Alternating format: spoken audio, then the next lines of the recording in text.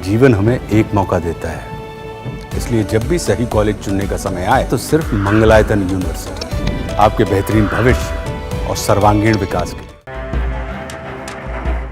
देश में महंगाई बढ़ती जा रही है और आम आदमी की कमाई कम हो रही है। हालात इतने बुरे हैं कि लोगों का घर चलाना भी बेहद मुश्किल हो गया है।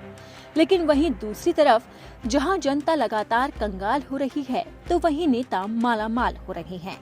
यहां तक कि राजनीतिक दलों का जमकर खजाना भर रहा है और उनकी कमाई में जबरदस्त इजाफा हो रहा है। केंद्र की सत्ताधारी भारतीय जनता पार्टी और विपक्षी दल कांग्रेस दोनों की इस वक्त बल्ले बल्ले हो गई है। इनकी कमाई में पिछले वित्त वर्ष में भारी बढ़ोतरी देखी गई। अब जो आंकड़े हम आपको बताएंगे उसे जानकर आप चौंक जाएंगे, क्योंकि राजनीतिक दलों की कमाई में 20, 30 या फिर 40% का इजाफा नहीं हुआ, बल्कि उनका खजाना 83 से लेकर 170% बढ़ा है।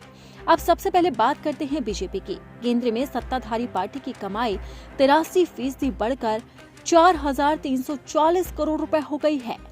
बीजेपी को 1,685 करोड़ रुपए इलेक्टोरल बॉन्ड के जरिए मिले। बीजेपी की अब तक की सबसे ज्यादा सालाना कमाई है। यह आंकड़ा किसी भी पार्टी की ओर से घोषित बॉन्ड से प्राप्त रकम में भी सबसे ज्यादा है।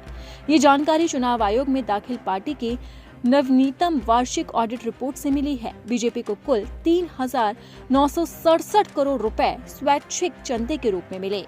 अगर खर्च की बात करें तो पिछले वित्त वर्ष में बीजेपी का कुल खर्च 2,211 करोड़ रुपए रहा। बीजेपी की ऑडिट रिपोर्ट के अनुसार पार्टी ने विज्ञापन और प्रचार पर 1,195 करोड़ रुपए और यात्रा पर 196 करोड़ रुपए खर्च किए। इसी के साथ ही उम्मीदवारों को वित्तीय सहायता के रूप में 191 करोड़ रुपए दिए गए हैं। वहीं अब अगर बात करें कांग्रेस की, तो कांग्रेस की आय और बॉन्ड से प्राप्त राशि दोनों ही मामले में दूसरे नंबर पर है। कांग्रेस की आमदनी 170% बढ़कर 1,225 करोड़ रुपए पहुंच गई। कांग्रेस को 828 करोड़ रुपए के इलेक्टोरल बॉन्ड के जरिए पैसे प्राप्त हुए।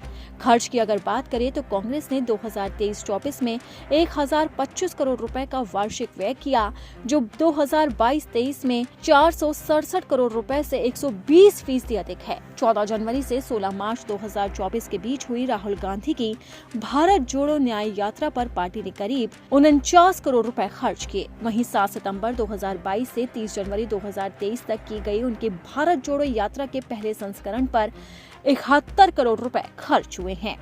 कांग्रेस के व्यक्तिगत दानदाताओं से 113 करोड़ रुपए, कॉर्पोरेट डोनर से 170 करोड़ रुपए और इलेक्टोरल ट्रस्ट और फाउंडेशन से 6.4 करोड़ रुपए, बॉन्ड से 828 करोड़ रुपए और अन्य सोर्स से 11 करोड़ रुपए मिले।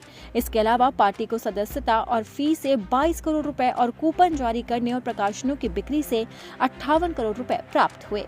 कांग्रेस ने बीआरएस को पीछे छोड़ दिया, जिसने 23-24 में 685 करोड़ रुपए की कुल आय घोषित की। टीएमसी भी इस बार देश की मुख्य विपक्षी पार्टी से पीछे रही। तृणमूल कांग्रेस ने इस बार 612 करोड़ रुपए के बॉन्ड प्राप्त किए।